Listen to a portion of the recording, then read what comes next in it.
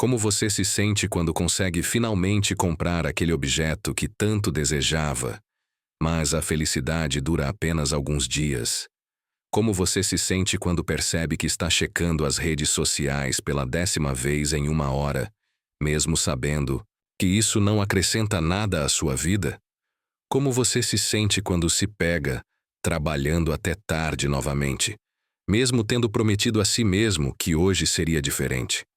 Como você se sente quando nota que está fazendo as mesmas escolhas destrutivas repetidamente, como se algo mais forte que sua vontade estivesse no comando? Se pelo menos uma dessas perguntas tocou algo em você, então você já experimentou o que Carl Jung identificou como um dos maiores paradoxos da existência humana. Como nossos próprios desejos, aquilo que deveria nos libertar, podem se tornar nossas mais refinadas prisões. Imagine por um momento um homem de 45 anos que construiu um império financeiro. Ele possui 3 carros de luxo, uma casa de campo, apartamentos em 2 capitais.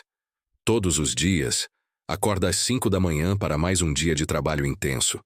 Não consegue relaxar, não tem tempo para a família, perdeu amigos pelo caminho. Quando finalmente para refletir, percebe algo perturbador. Não sabe mais se trabalha para viver ou vive para trabalhar. O que deveria ser liberdade se tornou sua prisão. Esta história não é ficção, é a realidade de milhões de pessoas ao redor do mundo. E há quase um século, Carl Gustav Jung, um dos maiores psicólogos da história, já havia identificado esse padrão destrutivo que ele chamou de possessão pelos desejos. Jung observou algo fascinante em sua prática clínica. Os pacientes mais infelizes não eram necessariamente aqueles que tinham menos, mas frequentemente aqueles que tinham conquistado tudo o que desejavam. Eles haviam se tornado escravos de seus próprios sucessos, prisioneiros de suas conquistas. Mas quem era Carl Jung?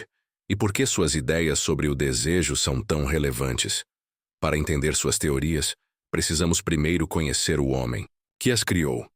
Carl Gustav Jung nasceu em 1875 na Suíça, em uma família marcada por mistérios psicológicos. Seu avô paterno era médico e se dizia que falava com espíritos.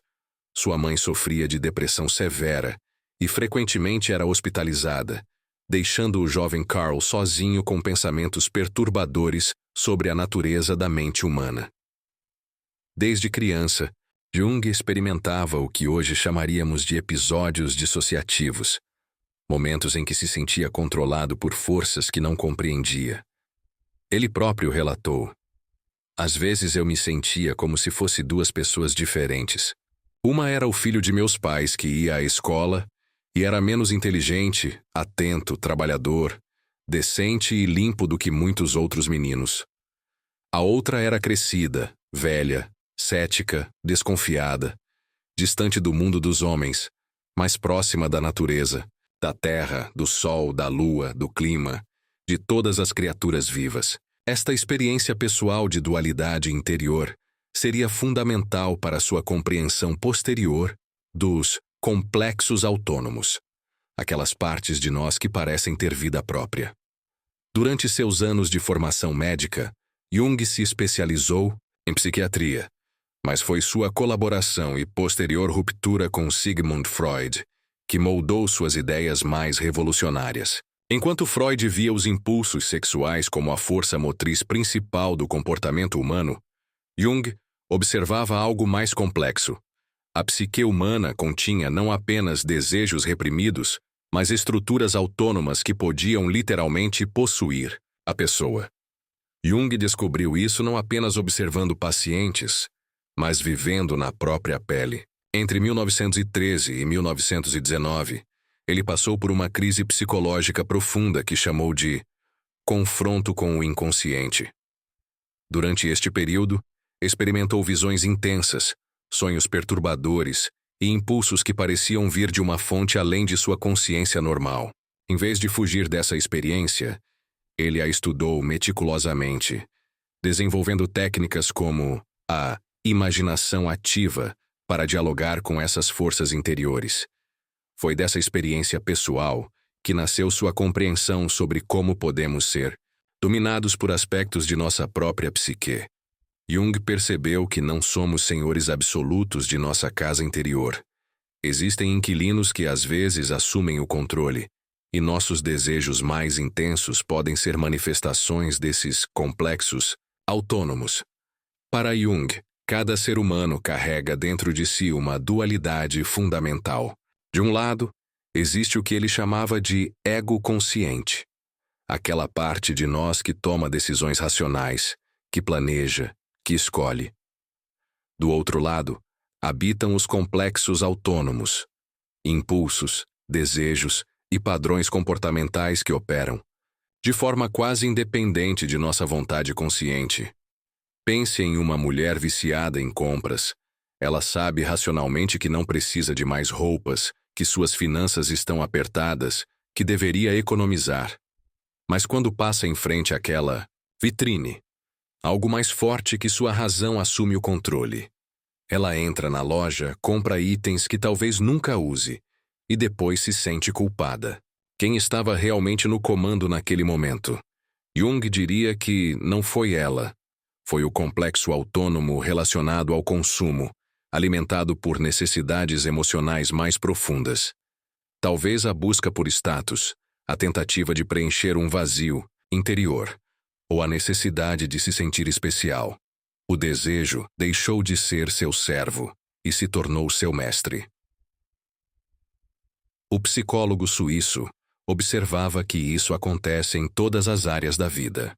O homem que não consegue parar de trabalhar não está mais escolhendo trabalhar, está sendo trabalhado por sua ambição. A pessoa que não consegue ficar sozinha não está escolhendo companhia, está sendo possuída por seu medo do abandono. O indivíduo que busca constantemente aprovação não está escolhendo agradar, está sendo comandado por sua insegurança. A genialidade de Jung foi perceber que esses padrões não são simplesmente maus hábitos que podemos quebrar com força de vontade. São estruturas psíquicas complexas que desenvolveram vida própria em nosso inconsciente. Elas nos seduzem com promessas de satisfação, mas nunca cumprem verdadeiramente suas promessas. Jung identificou um padrão específico em como os desejos se tornam destrutivos. Ele observou que isso acontece em 3 estágios distintos, como uma espiral descendente que muitas vezes passa despercebida até ser tarde demais. Primeiro estágio: a sedução inicial. Tudo começa com uma experiência genuinamente prazerosa. Um jovem médico trabalha longas horas e sente uma satisfação real ao salvar vidas. Um artista pinta seu primeiro quadro e experimenta a alegria pura da criação. Uma pessoa descobre o prazer de uma boa refeição depois de um dia difícil. Estes são momentos legítimos de realização humana. O problema surge quando nossa psique registra essa experiência e começa a criar a fantasia de que podemos controlar e repetir esse prazer indefinidamente. Se trabalhar 10 horas me trouxe satisfação, trabalhar 14 horas me trará ainda mais. Se uma taça de vinho relaxa, 2 taças vão me relaxar completamente. A mente começa a matematizar o prazer, acreditando que pode intensificá-lo através da repetição e do aumento da dose. Segundo estágio: a inversão sutil. Aqui acontece algo que Jung considerava crucial. O desejo deixa de ser um meio para se tornar um fim em si mesmo. O médico não trabalha mais para salvar vidas. Trabalha porque não consegue parar. O artista não pinta mais por amor à arte. Pinta porque precisa da validação constante. A pessoa não come mais por prazer ou nutrição. Come para escapar de sentimentos desconfortáveis. Neste estágio, ainda existe a ilusão de controle. A pessoa acredita que está escolhendo, que pode parar quando quiser. Mas Jung observava que já há sinais claros de que o complexo autônomo está assumindo o controle. Irritabilidade quando o comportamento é interrompido, pensamentos obsessivos sobre o objeto do desejo, negligência de outras áreas importantes da vida. Terceiro estágio: a prisão dourada. No estágio final, a inversão está completa. A pessoa se tornou completamente identificada com seu desejo. Ela não tem mais um trabalho, ela é seu trabalho. Não tem mais um vício, ela é seu vício. Não busca mais aprovação, ela é sua necessidade de aprovação. Jung chamava isso de possessão, porque a pessoa literalmente perdeu contato com outras partes de sua personalidade. Como um ator que interpretou o mesmo papel por tanto tempo que esqueceu quem é sem a fantasia, ela se tornou prisioneira de uma única faceta de sua existência. As consequências dessa escravidão psicológica vão muito além do que aparenta na superfície. Jung observou que quando nos tornamos escravos de nossos desejos, pagamos 3 preços devastadores que muitas vezes só percebemos quando já é tarde demais. O preço da autenticidade perdida. Considere a história real de um renomado chefe de cozinha que Jung atendeu. Este homem havia construído uma reputação internacional. Possuía restaurantes em várias cidades. Era constantemente elogiado pela crítica. Mas quando chegou ao consultório de Jung, revelou algo surpreendente. Havia anos que não cozinhava, por prazer. Cada prato era calculado para manter sua reputação. Cada receita era criada pensando na reação dos críticos. Ele havia perdido completamente o contato com aquilo que o motivou originalmente, o amor puro pela culinária. Jung percebeu que isso é extremamente comum.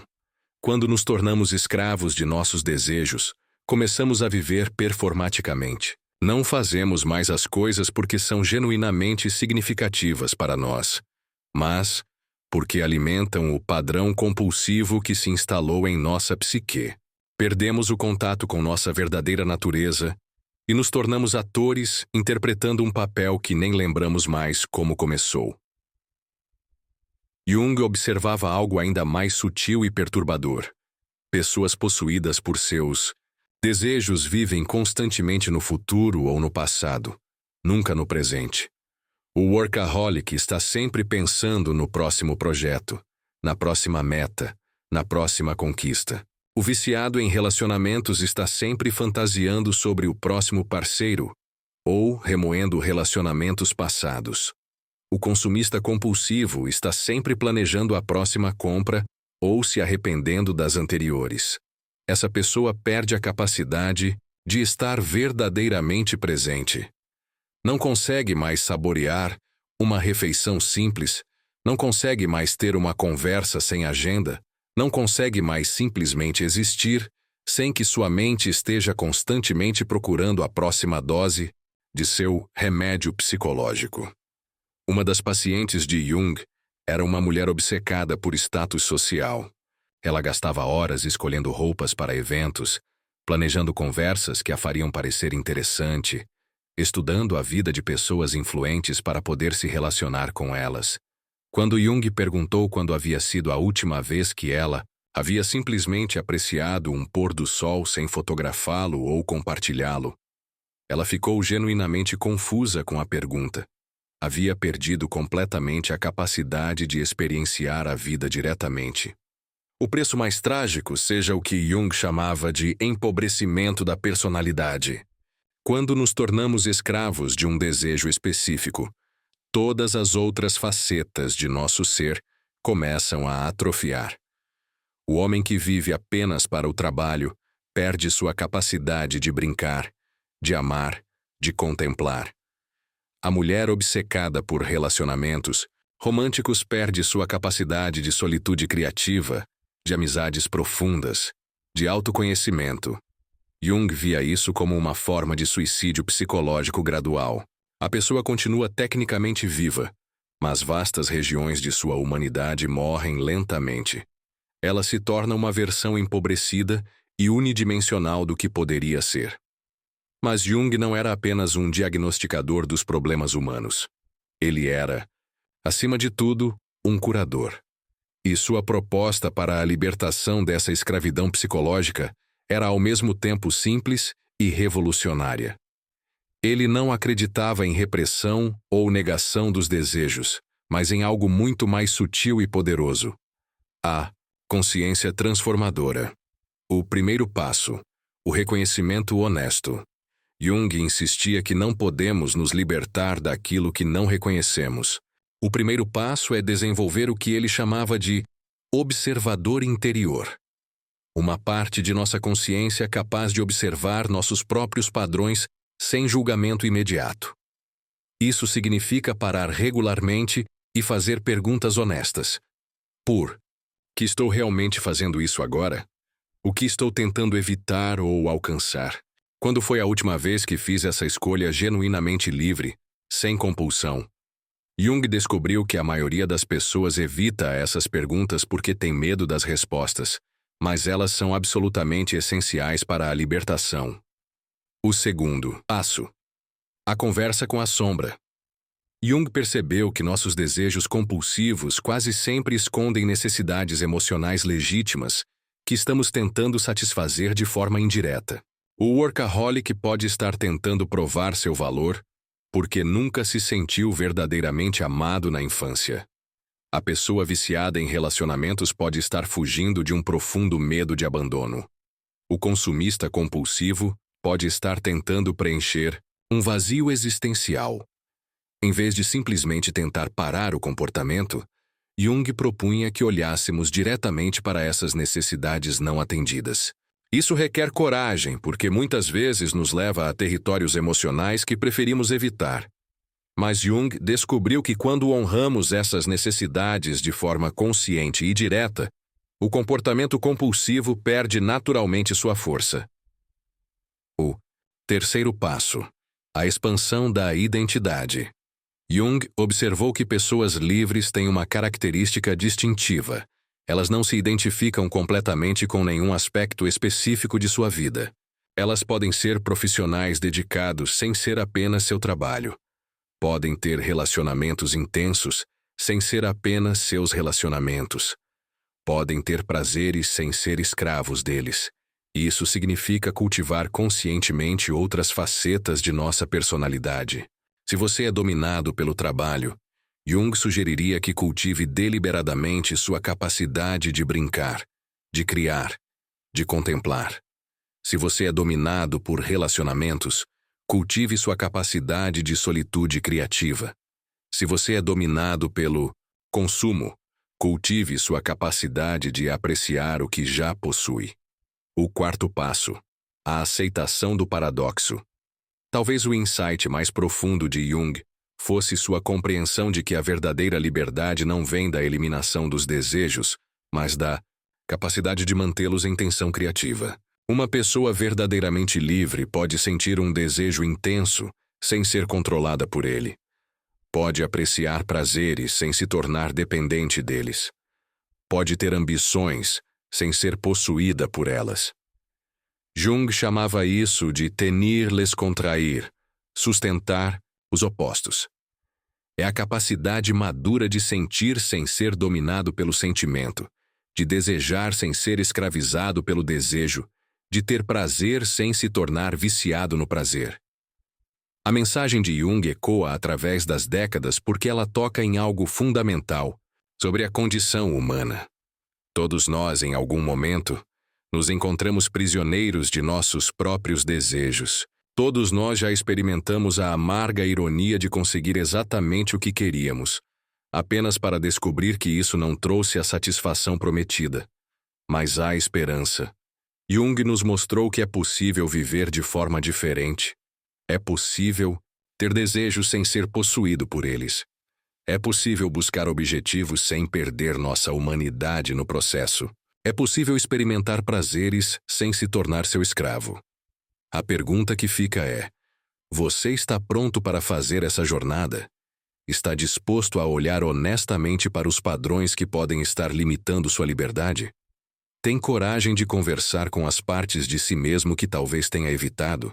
Se este conteúdo tocou algo em você, se reconheceu algum padrão em sua própria vida, ou se simplesmente quer continuar explorando essas ideias profundas sobre a natureza humana, inscreva-se no canal. Deixe um comentário compartilhando sua própria reflexão sobre como os desejos operam em sua vida. Sua perspectiva pode iluminar o caminho para outros que estão fazendo a mesma jornada. E lembre-se, A consciência é o primeiro passo para a liberdade.